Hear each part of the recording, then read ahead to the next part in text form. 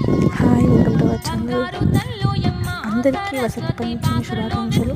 చూడండి, మా Basara temple, Saraswatidevi temple. So రెండు తెలుగు రాష్ట్రాల్లో కలిపి ఒకే ఒక్క సరస్వతీదేవి టెంపుల్ వేరే రాష్ట్రంలో ఉన్నాయి. కాకపోతే ఇది స్పెషల్ ఏంటంటే స్వయంగా అమ్మవారు ఇక్కడ వెలిసారనమాట.